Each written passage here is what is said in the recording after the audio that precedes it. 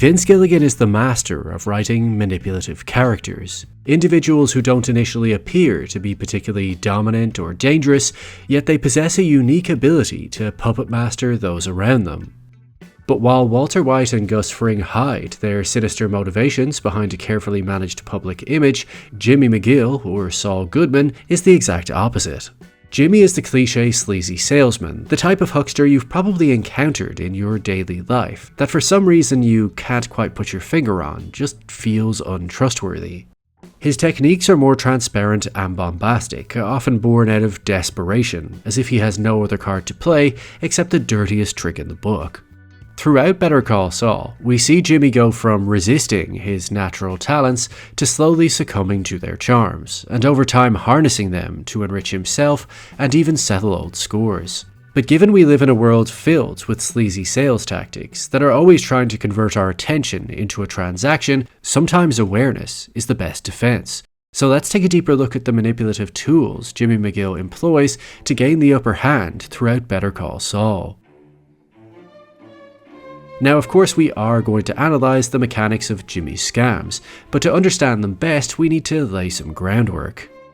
Although we may like to think we could spot a phony from a mile off, the truth is that our first impression of someone tends to inform our expectations of them. Whether it's positive or negative, we tend to quickly categorise things in our mind, which is why companies pour so much money into creating a strong public image that instantly feels reliable and professional. We tend to look out for social proof, like multiple employees or an impressive polished building, all of which subconsciously proves to you that you're encountering something others have invested in, which makes it feel safe. Whereas if you just look at Jimmy, a man whose office is tucked away at the back of a nail salon with no other employees, it's evidence that no one else is investing in this business, making it feel risky. So Jimmy combats this bad first impression by pretending he has a British receptionist to quickly sell the idea that there are more people involved in this operation than just him. Yes, Mrs. Kettleman, so good of you to return. Oh, splendid. First impressions matter. We infer a lot from very little. This is why when Jimmy is trying to appeal to the elderly, he intentionally dresses in a similar suit to the TV lawyer Matlock, to subconsciously create an immediate mental association between himself and the expensive lawyer they like watching on TV. Although Jimmy is prone to shortcuts, he has great attention to detail in whatever scheme he cooks up. For example, the most effective advertising is free, so when Jimmy wants to build a false sense of trust with potential clients, he decides to portray himself as a hero. This achieves several things at once. It makes him seem like an honest, trustworthy person that's looking out for others, but it also lays the groundwork for him to sell his David versus Goliath story, that he's allegedly being forced to take down his billboard due to a larger company bullying him out of the marketplace. This preys on the public's sense of injustice, and they will intuitively feel the need to correct the world's mistake by giving him business, as they can identify with his struggles to make his American dream come true in this overpowering corporate environment. Which leads directly into the next point, forming a connection.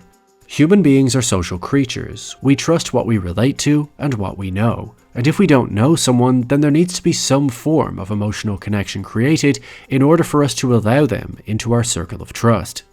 Jimmy McGill is a storyteller. Where other lawyers use arguments, he uses emotional persuasion, as he knows that ultimately your decision isn't going to be based on what you think, but that what you think is going to be dictated by what you feel. In the very first episode, he employs this on the jury by trying to reactivate their personal memories of being a teenager. Oh, to be 19 again. You with me, ladies and gentlemen? Do you remember 19? If I were held accountable for some of the stupid decisions I made when I was 19, oh boy, wow. He's trying to make the jury identify with the defendants so that they won't want them to be punished for mistakes they made with an underdeveloped teenage brain. This is so that they won't just feel that they're letting the boys off the hook, but in a roundabout way they're also emotionally letting themselves off the hook for the mistakes they've made in the past as a teenager.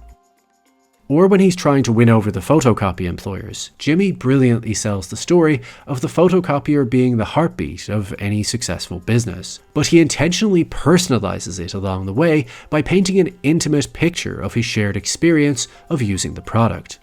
I was down on my hands and knees with my tie over my shoulder and ink-stained hands and a line of employees out the door. All of these visual, personalized details sells his connection to the photocopier. Like here, notice how he showcases his insider knowledge by using terms like mystery streaks. I was cleaning ink off gears and rollers, trying to figure out where the mystery streaks were coming from. And just look at the employer's reaction. He's seeing a part of himself in Jimmy. As if this guy doesn't just get my business, he gets me. He's been down in the dirt, in the trenches with me. Or in Season 6's Black and White episodes, Jimmy needs to gain an employee's trust over the phone, so she'll let him leave his box in the storage room overnight so the robbery can take place.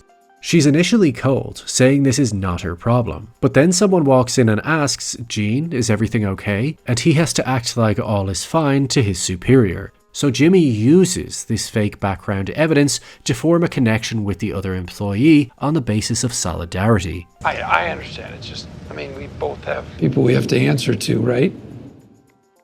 These are subtle techniques that a lot of people use every day. They just don't realize they're even doing it, nor are they doing it for nefarious purposes. But for con artists like Jimmy, they do it to emotionally maneuver what they want out of you. They'll hone in on your similarities to make it seem like I'm just like you, and you trust yourself, so therefore you should trust them too. Being a good salesman is all about persuasion, and persuasion is a subtle tool of manipulation, as the goal is essentially to catch a person's thought and redirect them towards the outcome you want.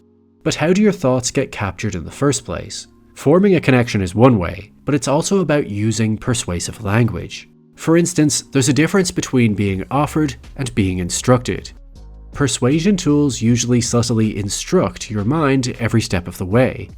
Think of the carnival slogan, "Step Right Up," and how that's instructing your mind to take charge. It's an active instruction with upward momentum and emotional weight behind it. Step right up, be brave, give in to your desires, prove yourself. So now let's just look at the words Jimmy uses to persuade the jury. "Oh, to be 19 again." You with me, ladies and gentlemen? Do you remember 19? So right away, Jimmy sets up a positive thought of, oh, how we all miss being 19. Then he tries to pull in the minds of the jury like a ringmaster. This collectivizes them, which adds a degree of social pressure to it. Don't be left out. We're all going on a journey back in time together. Don't resist. And then a clear instruction. Do you remember 19? So the listener will picture themselves at 19 to create a personal connection. Let me tell you, the juices are flowing, the red corpuscles are corpuscling, the grass is green and it's soft, and summer's gonna last forever. So here he's painting a picture of a positive memory. We've all been there, right? And to make sure we're all on the same page, he reinforces, "Now do you remember?" "Yeah, you do." So just look at that. Asks a question and then answers it with, "Yeah, you do." He's leading their thoughts, not allowing them to deny it. But if you're being honest, really honest, you'll recall that you also had an underdeveloped 19-year-old brain. So here he's introducing the word honest into the equation to build trust. Me personally, if I were held accountable for some of the stupid decisions I made when I was 19, oh boy, wow. Now he's creating a connection, he's personalizing it. And I bet if I were in church right now, I'd get a big amen. And then he cements the connection and instructs the listener to picture an honest church-going congregation of people all agreeing, so he can conclude that we're all on the same page. This makes it mentally harder to push back on or go against the grain as he's collectivizing the jury, preying on their desire to fit in. These kinds of persuasion tools are used in everyday advertising. The sales team don't just inform you what their product or service does, they try to find a way to burrow into your subconscious by forming an emotional connection with you and guiding your mind to make the transaction. And the guiding emotion towards making the sale is often subtly based on fear. Fear of living without the product or fear of missing out. For example, when Jimmy gets a job in a secluded cell phone store, he needs to ship product. So he takes a bland, disposable phone and makes it symbolize so much more. It's now a solution to a much deeper fear, the need for privacy. Without his product, the government could theoretically be listening to your calls. Then when the first customer he's seen all week finally arrives, Jimmy sets the stage and pretends to be on a call to someone else, telling them that he doesn't have enough product left to meet their needs. 10. No, can't do it. Everyone wants these things. This creates a fraudulent feeling of scarcity, which makes the product appear more valuable. He then cements that idea by having a stack of phones marked as already claimed to other customers, so that everywhere the victim looks, there's social proof that lots of other people are already taking advantage of this deal to stimulate his fear of missing out. Even if we look at the most basic psychology of advertising, it's centered around repetition, that the more you see the brand name around, the more you get to know it, unconsciously attach to it, and trust it. Which is why Jimmy always comes up with a catchy slogan for his businesses that rhymes. If it isn't Better Call Saul, it's Gimme Jimmy! Gimme Jimmy! This way the jingle sticks in your mind. You may even find yourself humming its tune. And that's enough to create some form of lingering affection and trust towards the brand.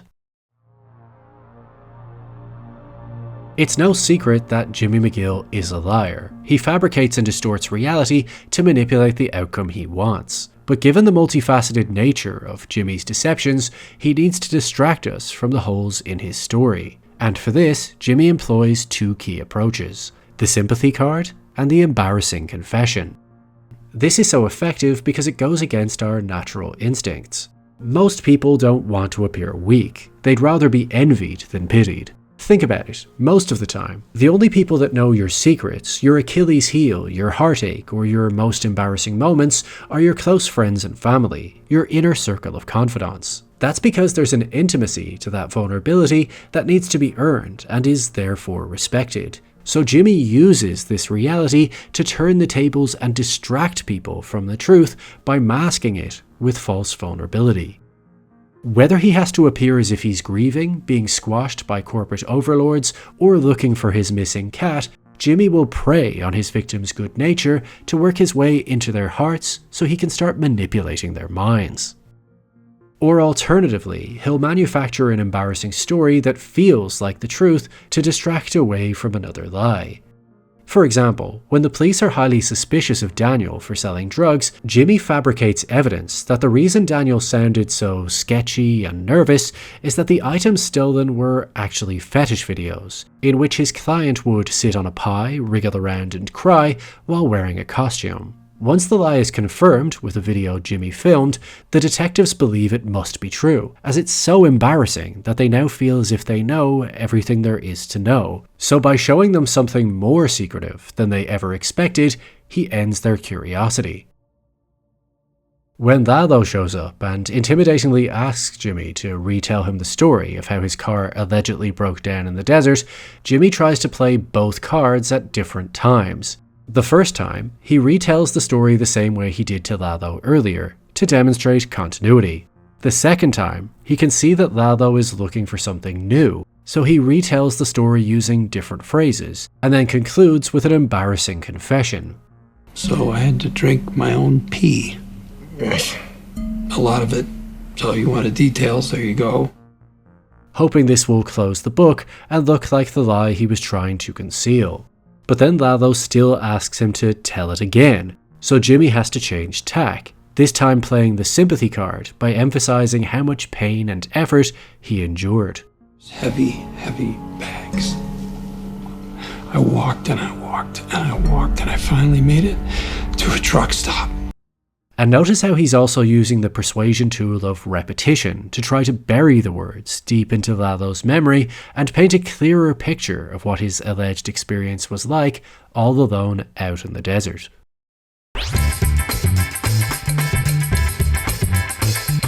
Which brings us to the scams. And this is where the show's excellent writing really shines, and actually educates the audience on what to look out for in real life. If I told you that you were going to get swindled by a persuasive con artist, you'd probably start picturing a charismatic, confident salesman that made you a series of false promises that were of course backed by evidence. After all, you're no fool. But Jimmy's scams are all about luring his victims into a false sense of security by allowing them to feel as if they are in complete control. If anything, they're the ones ripping him off.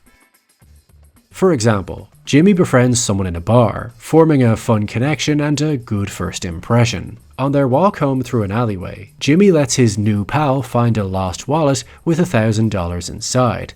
Then they spot Marco drunkenly lying on the ground nearby. Now, any normal moral person would give the wallet back and move along with their life. But when they approach Marco, he acts drunkenly antagonistic to draw a line of conflict between them and him.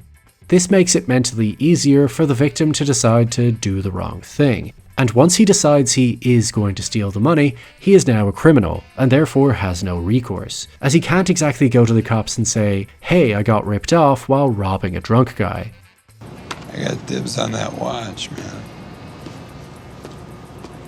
I don't see that. Now notice how Jimmy is the one to introduce the idea of the watch. He initially let the other guy lead, so he feels like a passive follower, making him even more inconspicuous. But somehow, he needs to make this watch more tantalizing than the wallet of guaranteed cash. So again, to take advantage of his worse nature, he creates friction between himself and the victim, by acting super sketchy about the details of the watch and trying to conceal that it's a Rolex. This makes the victim work for the information, so he values it more by triggering his fear of missing out. In a weird way, it now feels as if Jimmy was trying to steal the watch not just from Marco, but from his fellow thief. Once his victim discovers what appears to be the truth, he tries to take the Rolex for himself and leave Jimmy with the cash. And due to the fact he's the one taking control of the deal, he never suspects he could be being screwed over, as he thinks he's too busy screwing Jimmy over. But to make things fair, he gives Jimmy an extra $580, pretending the watch is only worth $3,000, when he secretly believes it's worth much more. So now the victim happily flees the scene, feeling like he's the winner, when in reality, he just handed the scammers $580 for a fake Rolex. So by playing it dumb and seeming a step behind, Jimmy is letting the victim drive and feel like the big man, as no one suspects they're being played when they're playing someone else. Think of it like a form of manipulative judo. He preys on what his victim perceives to be their greatest strength and uses it against them. Like when Jimmy runs a similar scam against the stock trader Ken by playing to his ego. He sets his first impression by asking him a novice question about stocks. Is there a financial limit to how much a person is allowed to invest? Now notice the language here and why this would pique Ken's curiosity. If he had asked him, is there a financial limit to how little a person is allowed to invest, Ken would not be interested, as it would seem too small for him and his elevated sense of self. But by asking how much, he's planting key words in Ken's mind. He then asks, even if it's an inheritance, which gives the impression he's just come into a lot of money and has no idea what to do with it, knowing an alpha asshole like Ken will try to take control of the situation and use it to his advantage. So like a manipulative maestro, Jimmy is guiding Ken to want to prey on him. So he'll court them and treat them to a night of outlandishly expensive drinks, even though they've done nothing to deserve it, except to allegedly inherit money and pretend to sign up to his fund. So here Jimmy is using the victim's superficial value system against him. Ken is only interested in using people for their money, so Jimmy turns the tables and uses him for his. Each scam requires the victim to look down on the predator, to consider him a step behind, too slow or too pathetic to pose a real threat. This means Jimmy knows he doesn't come across as particularly polished or smart, and therefore wants to punish those who underestimate him, a natural consequence of living under the shadow of his arrogant older brother. If we take the coin scam as an example, Jimmy and Marco are somehow going to manipulate this successful suited businessman into buying a $50 coin for $110. Now, if they both just went over to him and began pitching the alleged value of the coin, he wouldn't even be tempted, as it would feel like they're trying to get rid of it.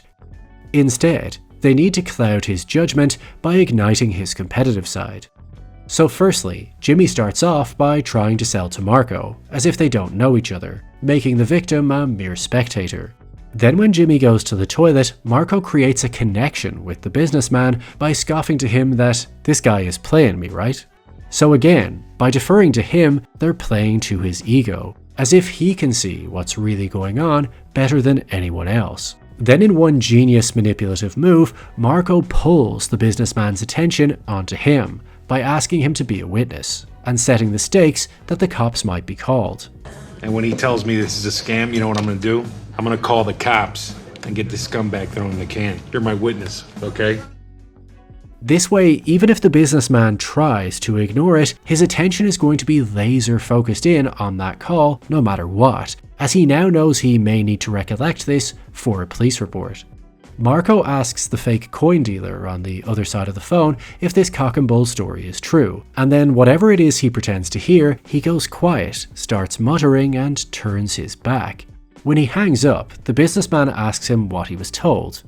Yeah, you know, he didn't really know much.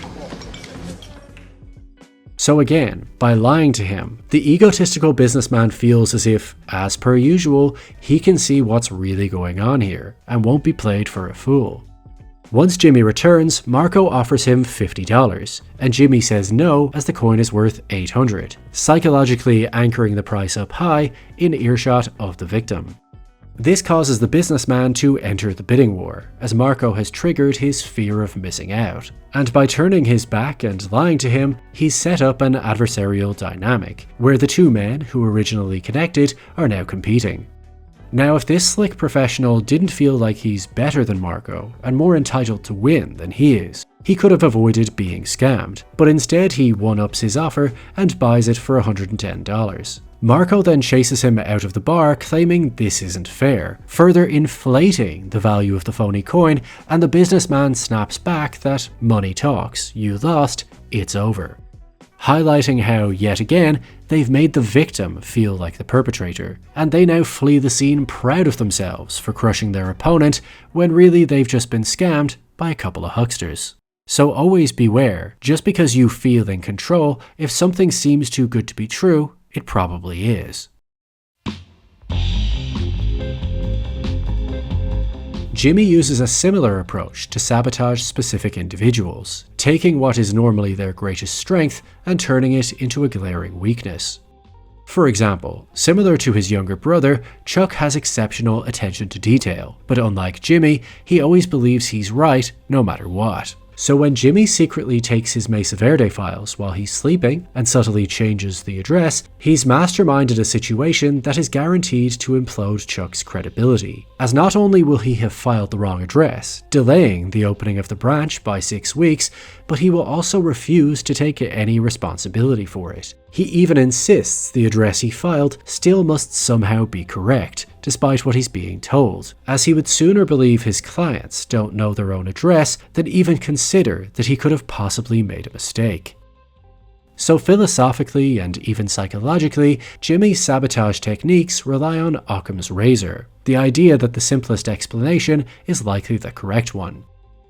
As what are Mesa Verde really supposed to believe here? That their lawyer is the victim of an incredibly elaborate conspiracy theory, or that he simply made a mistake?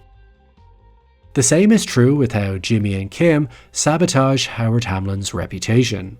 Their goal is to convince a community of lawyers, who are used to following evidence to draw conclusions, that straight-laced Howard is secretly living a wild life of drugs and prostitutes. So they need to create a consistent pattern, unignorable mounting evidence. First, Jimmy begins the suspicious behaviour by having two hookers falsely confront Howard at his lunch with Cliff. Now, on its own, this wouldn't be enough to convince anyone. It's a bit of fun gossip, but could easily be a prank. Then Jimmy sneaks what looks like drugs into Howard's gym locker so that it falls out right in front of Cliff. Now there's a pattern. Then he dresses up as Howard, stealing his car to drive past Cliff while he's at lunch with Kim, and kicks a hooker out of the passenger side door, confirming the initial suspicion. He then manipulates the Kettlemans into shopping around town for a lawyer, asking if they can have their charges overturned due to the fact that their lead lawyer, Howard Hamlin, was an alleged drug addict. This makes it feel like common knowledge. Everyone knows and everyone is talking about it. All leading to one big final move, when Howard is already onto Jimmy. As per usual, he lets his victim feel in control by letting Howard hire a fake private investigator to follow Jimmy around. They then look up who the Sandpiper mediator is going to be and orchestrate fake photographs of someone that looks exactly like him, handing Jimmy what looks like an envelope of bribe money, and dousing the photos in a substance that will make Howard's pupils dilate. This way, when Howard freaks out and accuses the mediator of being corrupt, he torpedoes his reputation alongside this case all in one move. And when he tries to explain what he believes has happened, what is Cliff honestly supposed to believe? That Jimmy, a man who has a stake in the profits of the Sandpiper case, went against his own financial interests to construct this ludicrously elaborate conspiracy theory against Howard to make it look like he's cracking up and paranoid due to his drug habit. Or that Howard, just like the evidence suggests, may have a drug problem that is now impacting his work. So in both examples, Jimmy constructs a situation where his victims end up looking like little boys, making up childish excuses so that they don't get in trouble. Although all of this is complete fiction, Vince Gilligan and Peter Gould's writing team do a phenomenal job of making every step of each scam feel true to our nature. As we don't necessarily learn anything just from what Jimmy does, but in how realistic the other characters' reactions are, as that's what helps us to understand where our own vulnerabilities lie. Better Call Saul feels like a very different show to Breaking Bad, but that's because Jimmy McGill is a very different type of manipulator than Walter White. He's an everyday salesman, a sleazy swindler and huckster that doesn't just play the cards he's dealt, he plays the opponent in front of him, nefariously picking up tells to turn your most intuitive strength into your most exploitable weakness. Because by feeling like you should always be a step ahead of him and always in control, you won't even notice you're being scammed until it's too late.